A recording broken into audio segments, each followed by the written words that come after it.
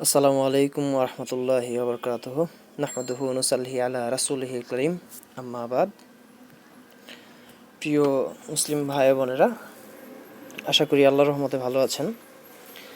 আজকে আমি যে বিষয়টি নিয়ে কথা বলবো সেটা হচ্ছে আল্লাহর জন্য ভালোবাসার কিছু ফজিলত বিষয়ে কথা বলবো।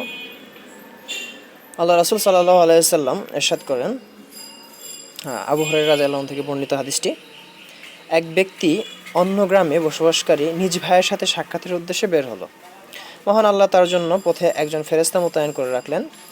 যখন সে ফেরেশতা সে ব্যক্তির নিকটবর্তী হলো, বলল, তুমি কোথায় যাও? সে বলল, এই গ্রামে বসবাসকারী আমার এক ভাইয়ের সাথে সাক্ষাৎ করা আমার উদ্দেশ্য। ফেরেশতা বলল, তার কাছে তোমার কোনো পাওনা আছে কি না? সে বলল, না, কিন্তু আমি তাকে আল্লাহর জন্য ভালোবাসি। তখন ফেরেশতা বলে উঠল, নিশ্চয়ই আমি তোমার নিকট আল্লাহর পক্ষ থেকে প্রেরিত দূত। মহান আল্লাহ অবশ্যই তোমাকে ভালোবেসেছেন যেরকম তুমি তাকে আল্লাহর জন্য ভালোবেসেছ। হাদিসটি সহিহ মুসলিমের 4656 হাদিস। এখানে মূলত বোঝানো হয়েছে যে একজন ব্যক্তি এক সাহাবী আরেক সাহাবীর সঙ্গে দেখা করার উদ্দেশ্যে রওনা হওয়ার সময় মহান আল্লাহ রাব্বুল আলামিন তার কাছে একজন ফেরেশতা নাজিল করেন। ফেরেশতাটি যে ব্যক্তিটি যাচ্ছিল, যে সাহাবীটি যাচ্ছিল, ওনাকে জিজ্ঞাসা করলো যে আপনি কোথায় যাচ্ছেন?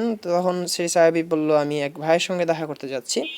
প্রত্যুত্তরে ফেরেশতা বলল যে আপনি কি তার কাছে কোনো দেনা পাওনা আছে কি না? তখন সাহাবীটা বলল, না, আমার কোনো দেনা পাওনা নেই, আমি আল্লাহর জন্য সেই ব্যক্তিকে ভালোবাসি এবং সেজন্যই দেখা করতে যাচ্ছি। তো ফেরেশতা বলল, তখন সেই সাহাবীকে বলল যে আমি আল্লাহর পক্ষ থেকে প্রেরিত দূত। মহান আল্লাহ অবশ্যই তোমাকে ভালোবেসেছেন, মহান আল্লাহ তোমাকে ঠিক তেমনই ভালোবাসেন যেমন তুমি সেই ভাইকে আল্লাহর জন্য ভালোবাসো।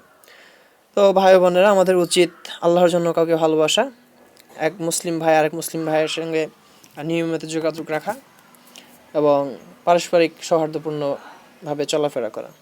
আল্লাহ আমাদের মেনে চলার তৌফিক দান করুক। ওয়া ফির দাওয়ানা আনিল হামদুলিল্লাহি রাব্বিল আলামিন। আসসালামু আলাইকুম ওয়া রাহমাতুল্লাহি ওয়া বারাকাতুহু।